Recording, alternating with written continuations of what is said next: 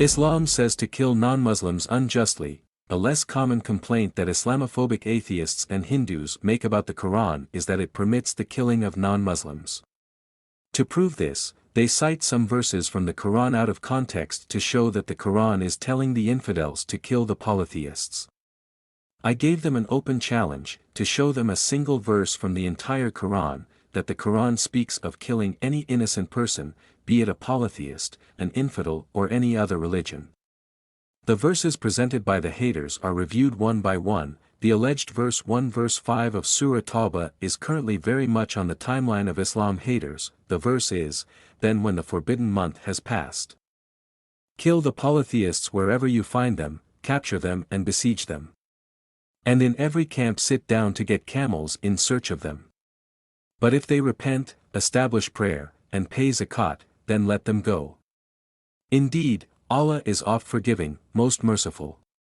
Quran 9:5. By this verse they mean that the Quran commands Muslims to kill all non-Muslims and to spare them only if they become Muslims and offer prayers and zakat. Is it really so? Suppose the headmaster of the school says, "Bring the naughty students of the class to me." Then if you say, "Give students TC, so what does this mean that he told all the students to pay TC? Or the naughty students who talked about them in the previous line? If we judge only one thing before the teacher, excluding the next line, then the meaning will change. Haters use this verse of the Quran in the same way. Who are those who are mentioned to be killed in this verse of the Quran? Are they innocent polytheists?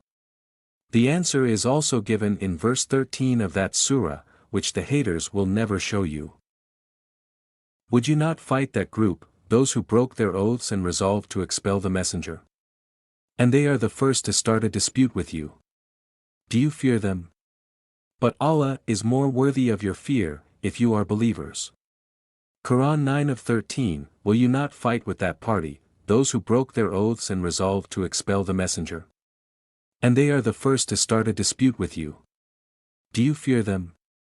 But Allah is more worthy of your fear, if you are believers.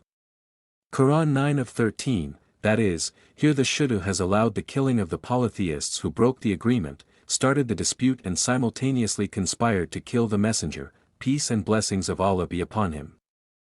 Not an innocent. Also, the Quran does not say to immediately pounce on the covenant breakers.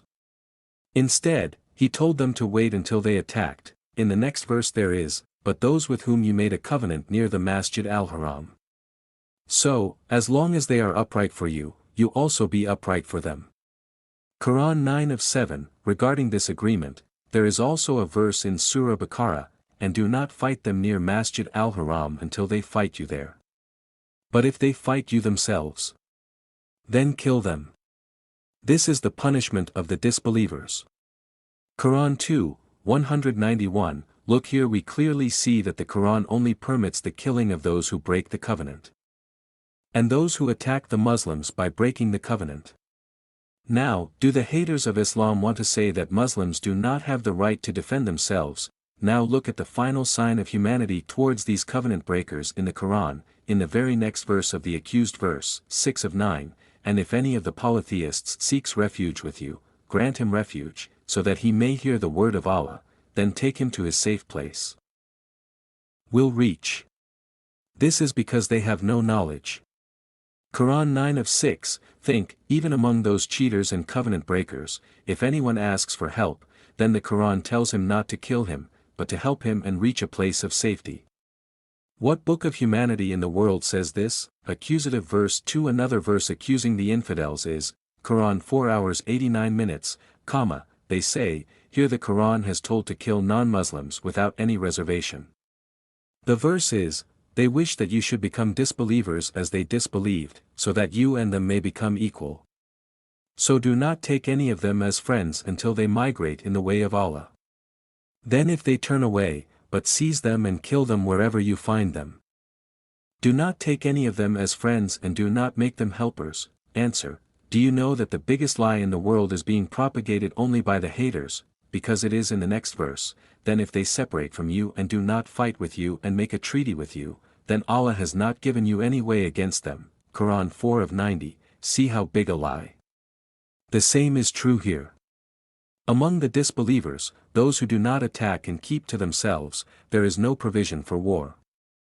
It is clear in this verse of the Quran that Islam is a religion of peace by saying to refrain from war only for immediate reasons and otherwise, accusative verse 3, and kill them wherever you find them.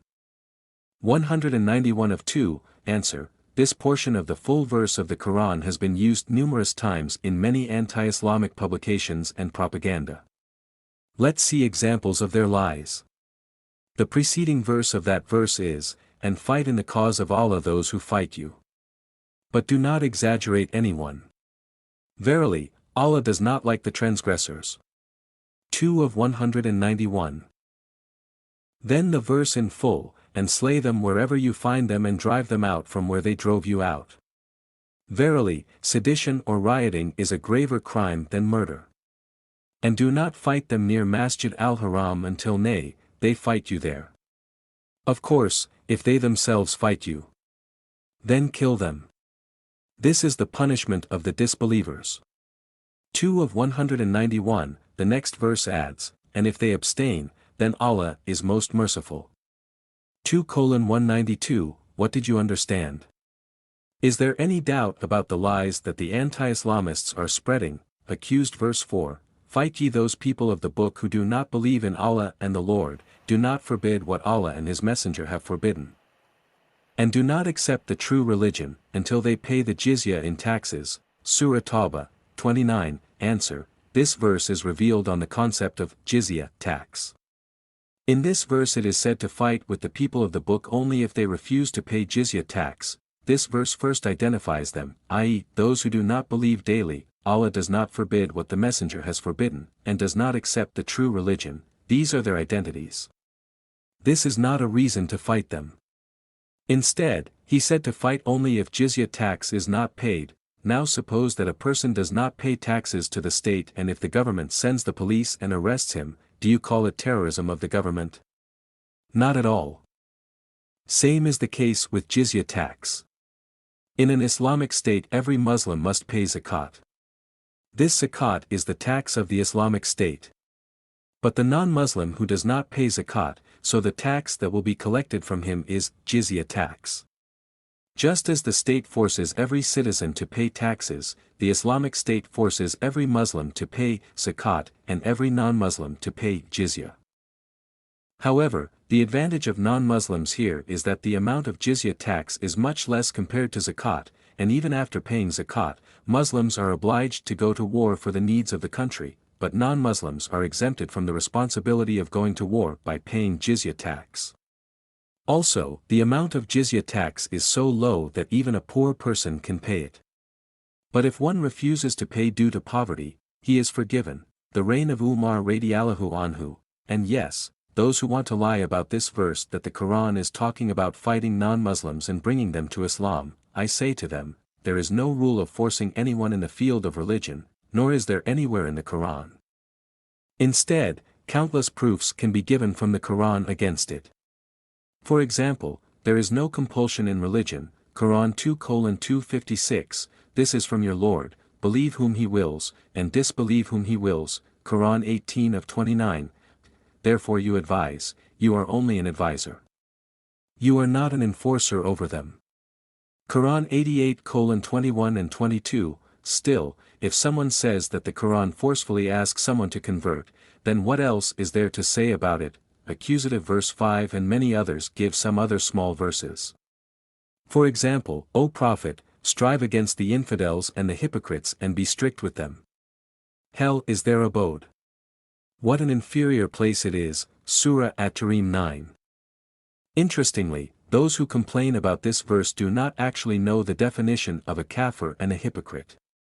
They confuse these two words with all non-Muslims.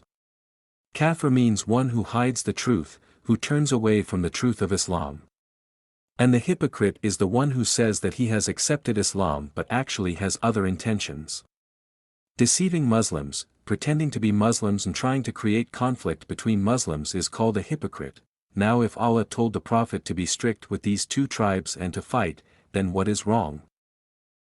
And whoever may be a disbeliever, but unless he himself contends with the Muslims, Allah forbids taking any action regarding him in the clear instructions of the Quran, verse 4 hours 90 minutes, if they separate from you, do not fight with you and you're making a treaty with them, but Allah has not given you any way against them. Complaint 6. With this verse, many people want to say that Islam is a religion of war. Go out with little or much equipment and fight in the way of Allah with your lives and wealth, that is better for you if you understand. At Tawba 41, answer, the first problem is that the complainant has translated jihad as war. But the meaning of the word jihad is to strive, etc. Assuming that Muslims are being called to war here, then I have clearly shown in the previous point that the Quran only permits war in short order. The evidence shows again, fight in the cause of Allah those who fight you. But do not be excessive towards anyone. Surely Allah does not like the transgressors. Quran 2:190, and if you take revenge, you will take revenge to the extent that you are afflicted. If you are patient, it is better for those who are patient. 16 of 126 inch, and if they express interest in making a treaty, then be interested in that too and put your trust in Allah. Indeed, He is hearing, knowing. Quran 8 hours 61 minutes. At the same time, the Quran never allows the killing of the innocent. The clear verses of the Quran, whoever kills an innocent, he kills all mankind, and whoever saves the life of an innocent, he saves the life of all mankind. Quran 5 of 32.